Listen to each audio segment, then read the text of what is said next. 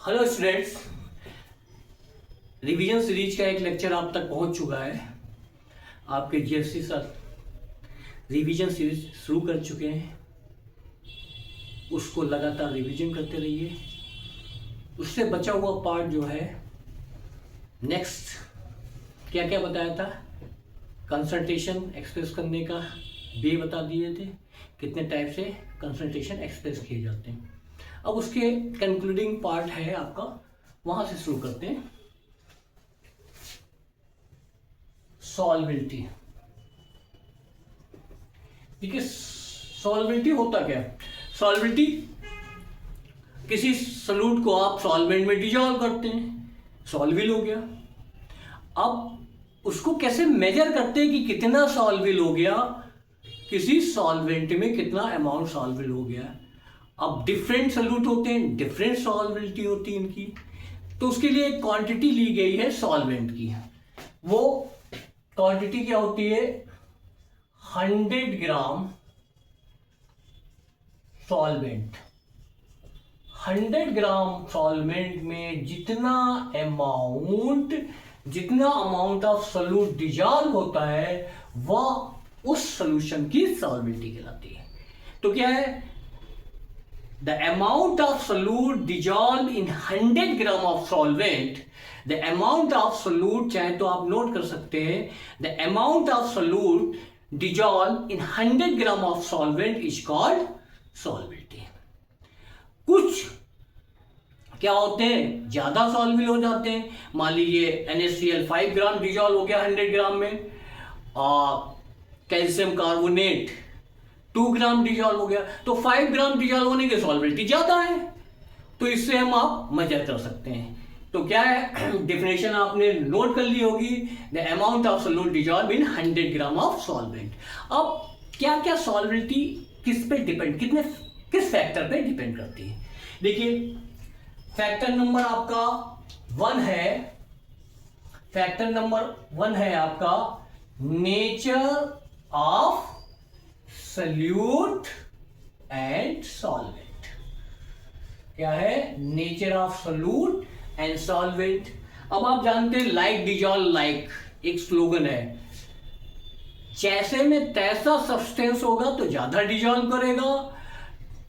Solute और solvent एक ही nature के होंगे, पोलर होंगे तो ज्यादा डिजॉल्व करेंगे, नॉन पोलर होंगे तो कम डिजॉल्व करेंगे, है ना।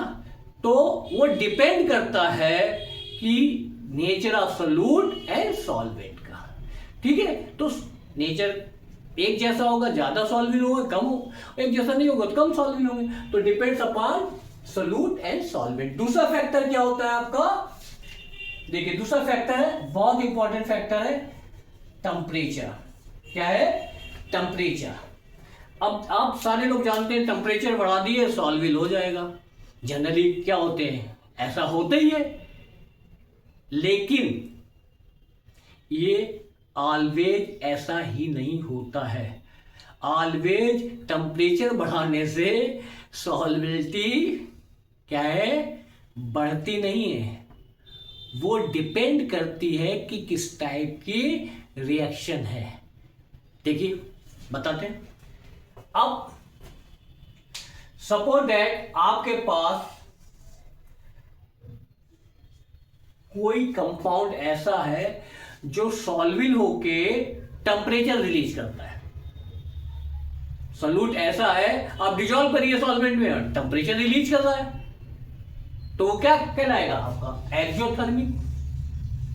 वो प्रोसेस क्या कहलाएगा, एक्सोथर्मिक, जिसमें क्या है, आप टेम्परेचर निकाल रहे हैं। दूसरा क्या होता है, एंडोथर्मिक, जिसमें क्या कर रहे हैं आप, टेम्परेचर दे रहे हैं, है ना। अब एक्सोथर्मिक वाले प्रोसेस में, एक्सोथर्मिक के प्रोसेस में यदि टेम्परेचर आप इंक्रीज कर देंगे तो सॉल्वेबिलिटी इंक्रीज नहीं होगी। समझे बाबूजी, इंक्रीज होने वाली नहीं है। फॉर एग्जाम्पल आपके घर में व्हाइट वॉशिंग होती है, पुताई होती है, आप क्या लाते हैं, चूना लाते हैं, कैल्शियम ऑक्साइड लेके आए और वाटर में डिजॉल्व किया और वो लार्ज अमाउंट हीट रिलीज करता, देखा होगा। अब हाथ डाल दीजिए ना, पूरा कंकाल आपका हाथ का निकाल लीजिए, अब देख लीजिएगा इतनी लार्ज अमाउंट हीट ले। अब उसी आपने कभी नहीं देखा होगा कि चूना लाए और टेम्परेचर उसको देके डिजॉल्व कर रहे हैं, वो अपने आप डिजॉल्व हो जाता है, रिलीज करता है एनर्जी। अब टेम्परेचर बढ़ा देंगे तो वो जैसा लाए वैसे ही रहेगा, यानी फेवर नहीं करेगा, सॉल्विल नहीं होगा। उसी तरीके चूना और कत्थे का मेल होता है बांध में, उसी तरीके के कत्था लाते हैं। वो लोग जानते होंगे जो चूना उना वो पान खाते हैं, कत्था लाते हैं और उसको आप वाटर में डिजॉल्व करिए तो वो क्या है, डिजॉल्व नहीं होता है। बहुत सिंपल सा हमने एग्जाम्पल दिया है, उसको टेम्परेचर देना पड़ता, वो क्या है, एंडोथर्मिक प्रोसेस। तो solubility depends upon types of reaction, कैसी रिएक्शन कोई सोल्यूट देता है। तो जनरली टेम्परेचर इंक्रीज करने से होता है, लेकिन ऐसा भी होता है, तो इस बात का आपको ध्यान रखना पड़ेगा। चलिए, तो ये बात आपकी समझ में आई। नेक्स्ट आपका टॉपिक है हेनरी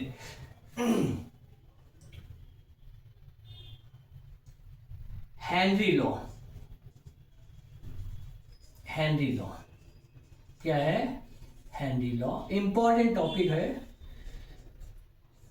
और उससे पहले हम आपको क्या पढ़ा देंगे, क्या पढ़ा देंगे, वेपर प्रेशर हर जगह अप्लाई होता है, हर जगह अप्लाई होता है। तो उसके लिए हमने सपोज दैट आपने सॉल्वेंट लिया, वाटर अमाउंट सॉल्यूट का मिक्स किया, तो देखा है कि एटमॉस्फेयर से टेम्परेचर बढ़ा रहे तो क्या होगा, वेपर्स फॉर्मेशन होते हैं, है ना, और फिर वेपर फिर नीचे आ जाते हैं। ऐसे ये इक्विलिब्रियम क्या हो जाता है, स्टेबल हो जाता है। क्या हो जाता है, इक्विलिब्रियम। अब इस पे आप कोई कंटेनर ऐसे रख दें, देखा होगा लिड रख देते हैं कुछ रख देते, तो ये क्या कर प्रेशर क्या करता है, इस लिड को हटाने की कोशिश करता है, क्योंकि ये सोल्यूशन के जो मॉलिक्यूल है, जो सोल्यूशन के मॉलिक्यूल है वेपर में फॉर्मेशन होते हैं। तो जो वेपर प्रेशर डालती है एटमॉस्फेयर पर, वो क्या कहलाता है, वेपर प्रेशर।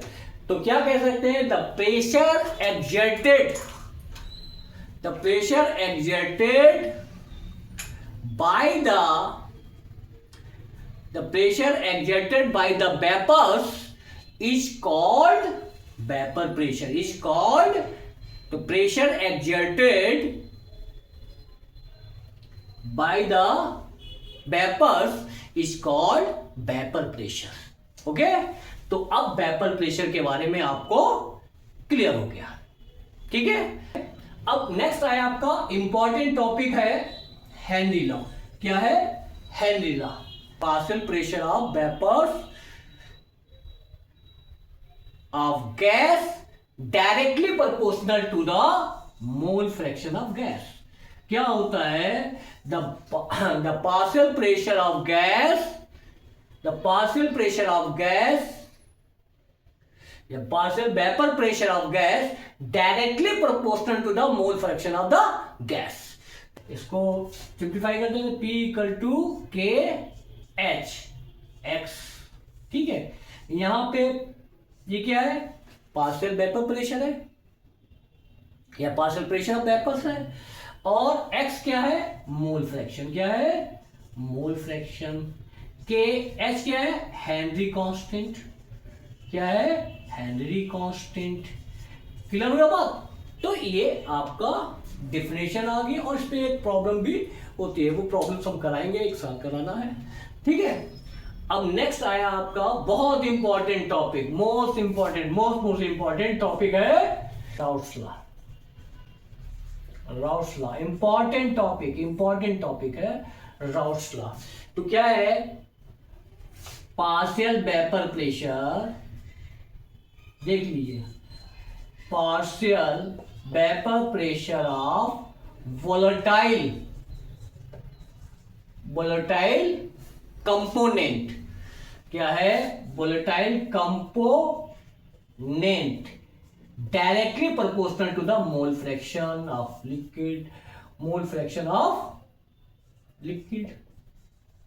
ठीक है, तो क्या है, राउस लॉ क्या कहता है, the partial vapour pressure of volatile component directly proportional to the mole fraction of at given temperature.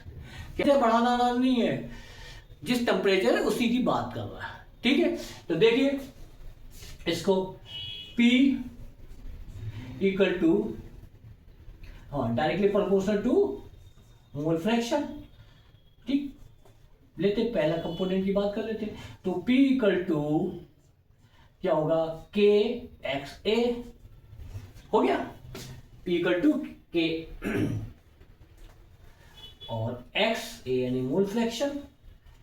अब किसी सॉल्यूशंस में दो हो, सॉल्यूट हो, तो क्या होगा, एक्स ए सॉल्वेंट और बाइनरी सॉल्यूशन में सॉल्वेंट और सॉल्यूट होता है। अब एक्स ए इक्वल टू क्या हो जाए, 1 हो जाए, तो पुट कर दीजिए P इक्वल टू क्या होगा, K, और P इक्वल टू K हो जाएगा, और जो K जो होगा वो क्या होगा, सॉल्वेंट। क्या होगा, सॉल्वेंट, क्योंकि सॉल्यूट इक्वल टू 1, यानी जहां पे बाइनरी सॉल्यूशन इक्वल टू 1, यानी एक्स ए की वैल्यू 1, तो P इक्वल टू K, यानी कि क्या हो जाएगा, partial vapour pressure of solvent. तो इसकी पुट कर देते हैं वैल्यू, तो P इक्वल टू K की value P not pure solvent की बात कर रहे हैं, और एक्स ए, तो ये हो गया आपका फॉर्मूला। क्या हो गया, फॉर्मूला। क्लियर हो गई बात। चलिए अब शुरू करते हैं आपका आइडियल सॉल्यूशंस। आइडियल सॉल्यूशंस, अब देखिए आइडियल सॉल्यूशंस क्या होते हैं, जो कि राउस लॉ को ओवे करें। क्या करें, ओवेज करें, यानी कि राउस क्या है, ideal solution, Rouse law. Ideal solutions क्या होते हैं, राउस लॉ को जो ओवे करते हैं वो आइडियल सॉल्यूशन कहलाते हैं। ठीक है, तो इनका क्या होता है, क्या होना चाहिए, तो दो solution obey Raoult's law is called ideal solution. दो solution over Raoult's law is called strictly out Raoult's law को फॉलो करना चाहिए, वो आपका आइडियल सॉल्यूशन। तो क्या होना चाहिए इनका, इनके बीच में जो इंटरेक्शन फोर्स होता है, इंटरेक्शन फोर्स होता है मॉलिक्यूल के बीच में, इंटरेक्शन फोर्स होता है, वो चेंज नहीं होना चाहिए। क्या होना चाहिए, चेंज नहीं होना चाहिए। तो क्या होगा, delta V equal to 0, delta H equal to 0। तो राउस आइडियल सॉल्यूशन क्या फॉलो करता है, राउस लॉ को ओवे करेगा, interaction force between solute and solvent क्या है, ना बढ़ेगा, मैग्नीट्यूड सेम रहेगा, वैल्यूम नहीं बढ़ना है, कोई चेंज नहीं होना है, डेल्टा नहीं, ना हीट एब्जॉर्ब होगी ना हीट निकलेगी। अब वैसे तो आइडियल सॉल्यूशंस वही होते माने जाते हैं जो जिनका कंसंट्रेशन 5% से लेस होता है। ये ध्यान रखना, जिनका कंसंट्रेशन 5% से लेस होता है उन वही क्या है, आइडियल सॉल्यूशन जैसा बिहेवियर करते हैं। इससे ज्यादा कंसंट्रेशन वाले आइडियल सॉल्यूशंस का बिहेवियर नहीं करेंगे, वो राउल्ट्स लॉ को फॉलो सारी कंडीशंस नहीं करेंगे। ठीक है, आइडियल सॉल्यूशंस के लिए अब ग्राफ देख लीजिए क्या होगा।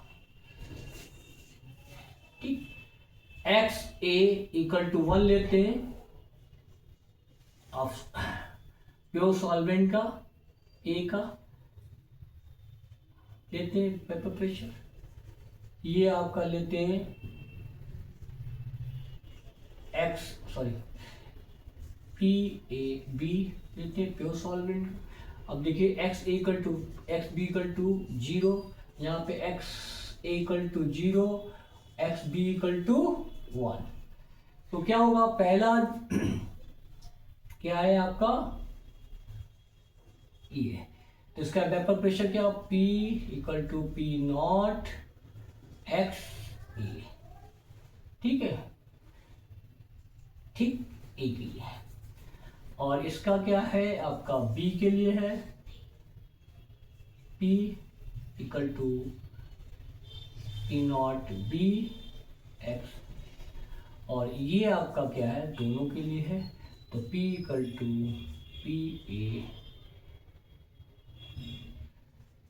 B A plus P B, ठीक है।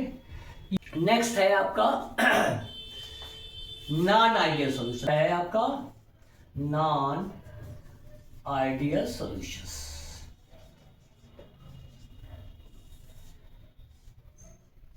Do not obey Rouse law. Rouse law को जो ओबे नहीं करते वो सारे क्या है, नॉन आइडियल सॉल्यूशंस। क्या है, नॉन आइडियल सॉल्यूशंस। तो इनका क्या होगा, जो इंटरेक्शन फोर्स ज्यादा हो सकता या कम हो सकता है, और delta V not equal to 0, delta H not equal to 0। और नॉन आइडियल सॉल्यूशंस भी दो टाइप से होते हैं। क्या, non ideal solutions of two types.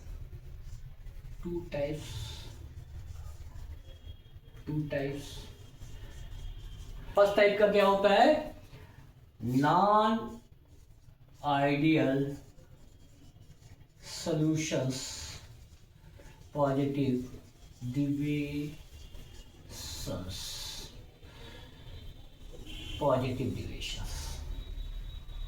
और क्या होता है इसमें,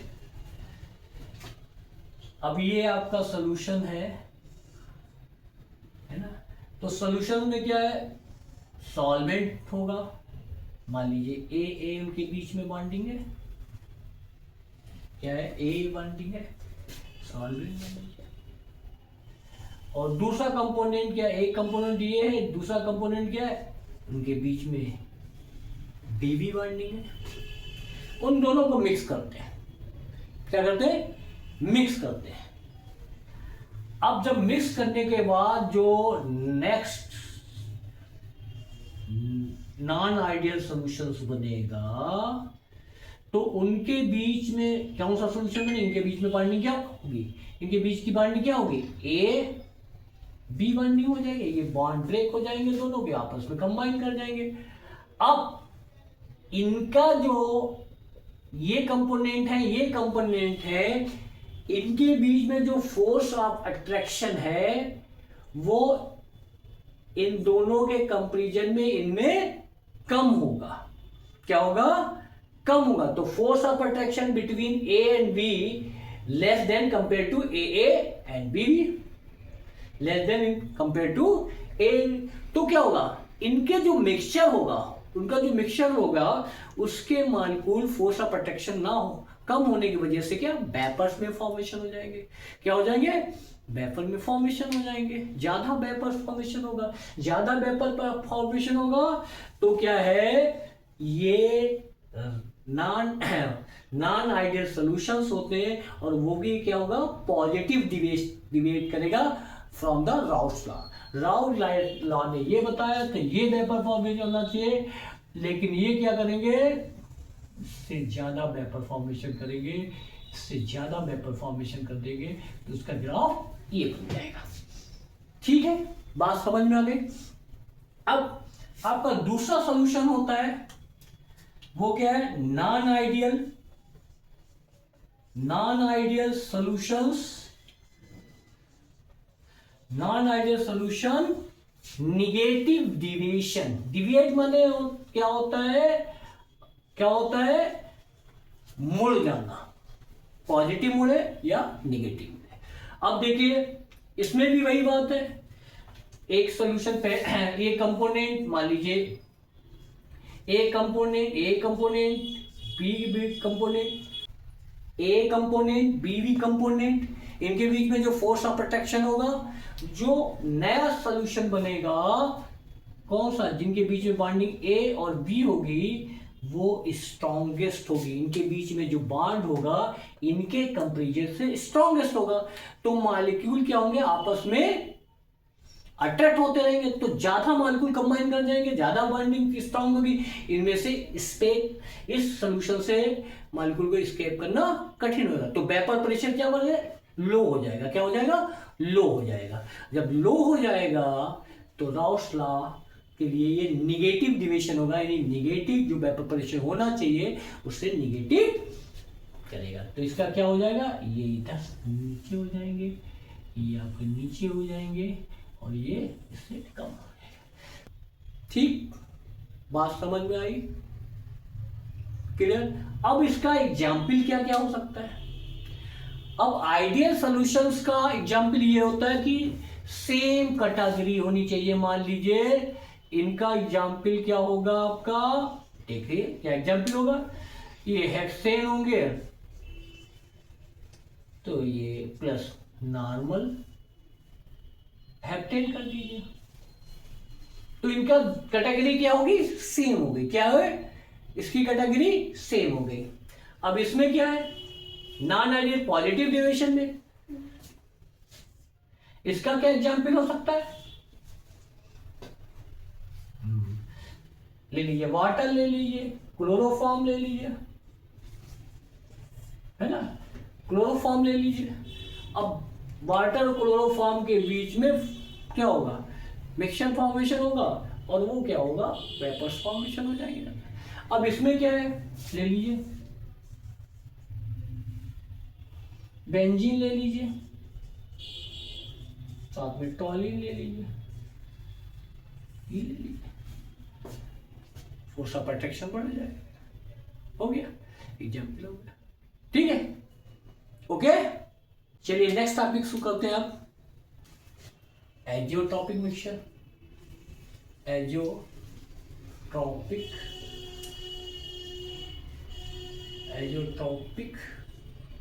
mixture are constant boiling mixture. क्या होता है भाई, इससे ही पता लगता है।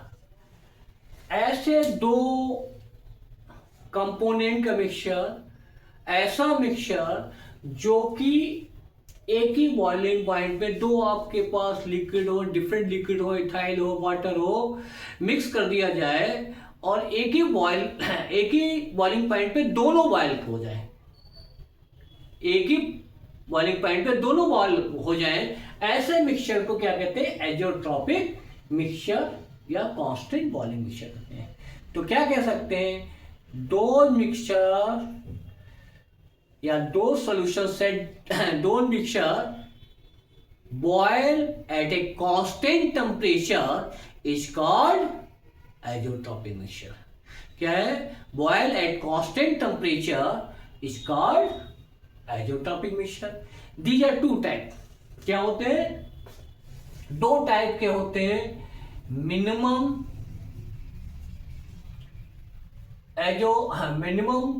Constant boiling mixture, constant boiling mixture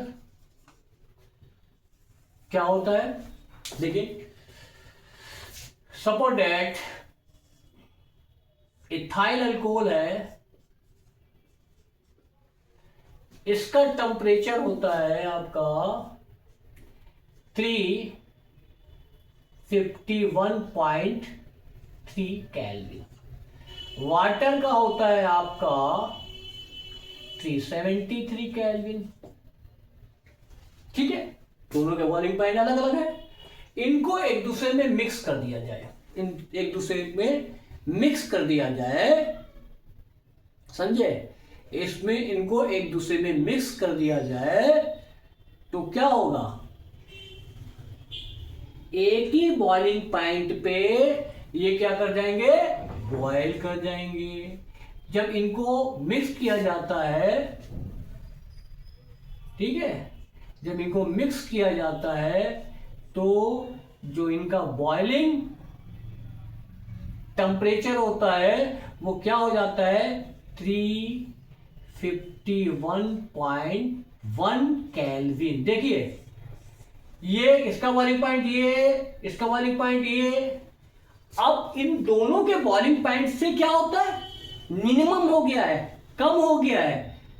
तो ऐसे मिक्सचर को क्या कहते हैं, मिनिमम कांस्टेंट बॉइलिंग मिक्सचर। यानी जो बॉइलिंग पॉइंट, जो मिनिमम बॉइलिंग पॉइंट है उससे भी कम हो जाए मिक्सचर का बॉइलिंग पॉइंट, तो ऐसे बॉइलिंग पॉइंट को क्या कहते हैं, मिनिमम कांस्टेंट बॉइलिंग मिक्सचर्स, है ना। ये क्या है, पॉजिटिव डिविएशन शो करता है। क्या करता है, यानी राउल्ट्स लॉ से ये पॉजिटिव डिविएशन शो करता है। ये भी ध्यान रखना कि जो मिनिमम कांस्टेंट वॉल्यूम मिक्सचर है ये पॉजिटिव डिविएशन शो करेगा।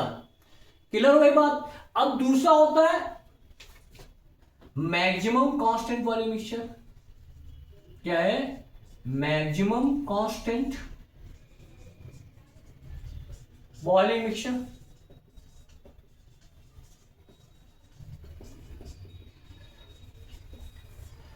समझे, क्या है, मैक्सिमम कांस्टेंट वॉल्यूम मिक्सचर। अब क्या होगा, अब सपोज दैट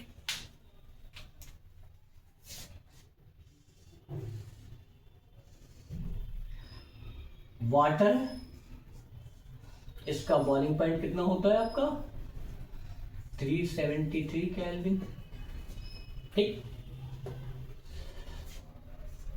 अब मान लीजिए इसको HCl मिक्स कर दिया जाए, इसका क्या होता है, 188 केल्विन, ठीक, सॉरी 83 केल्विन, ठीक। अब इन दोनों को मिक्स कर देते हैं, इन दोनों को मिक्स कर देते हैं तो एक मिक्सचर फॉर्मेशन होता है, समझे, एजोट्रॉपिक मिक्सचर। ये एजोट्रॉपिक मिक्सचर जब इन दोनों टेम्परेचर से, बॉइलिंग पॉइंट से ज्यादा बॉइलिंग पॉइंट पे ये बॉयल होगा तो ऐसे मिक्सचर को क्या कहेंगे, मैक्सिमम कांस्टेंट बॉइलिंग मिक्सचर कहेंगे। इसको क्या कहेंगे, मैक्सिमम कांस्टेंट बॉइलिंग मिक्सचर कहा जाएगा। क्लियर हुई बात। तो ये टेम्परेचर क्या होता है, ये सॉल्यूशन का मिक्सचर कितने टेम्परेचर बॉयल होता है, 384 किलो केल्विन पे ये टेम्परेचर, ये बॉइलिंग पॉइंट इसका मिक्सचर का होता है। तो देखिए इससे भी अधिक, ठीक, तो क्या है, मैक्सिमम बॉइलिंग कांस्टेंट मिक्सचर कहलाता है, ठीक है।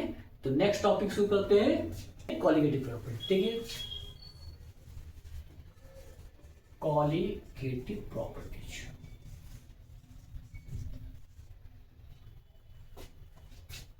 ऑफ सॉल्यूशंस क्या होती है, depends upon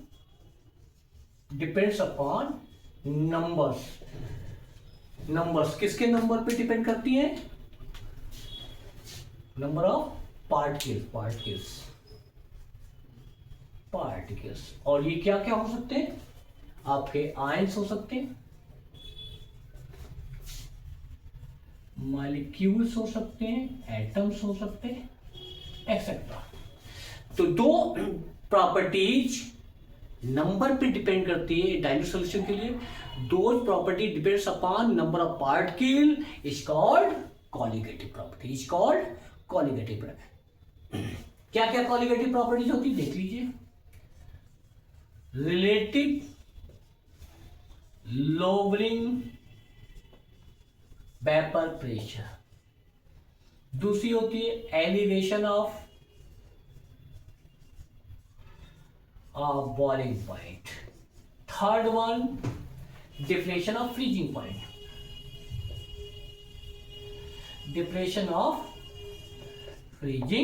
point, and fourth one है ऑस्मैटिक प्रेशर। क्या है, ऑस्मैटिक प्रेशर।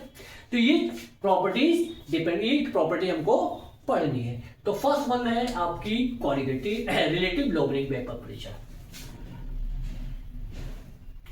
तो सबसे पहले यही समझ में आना चाहिए, तब हम रिलेटिव लोअरिंग वेपर प्रेशर क्या हो सकते हैं। लोअरिंग वेपर प्रेशर क्या होता है, क्या है लोअरिंग वेपर प्रेशर क्या होता है, ध्यान दीजिएगा। लोअरिंग वेपर प्रेशर तभी रिलेटिव लोअरिंग वेपर प्रेशर आप समझ पाएंगे। ठीक है, आपने सुना होगा volatile substance and non volatile substance.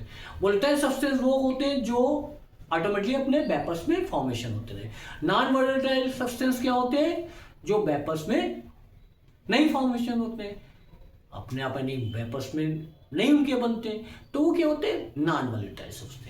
अब किसी सॉल्वेंट में, कोई सॉल्वेंट है, ये लीजिए सॉल्वेंट है यानी वाटर मान लेते हैं, इसका खुद का वेपर प्रेशर पी नॉट है।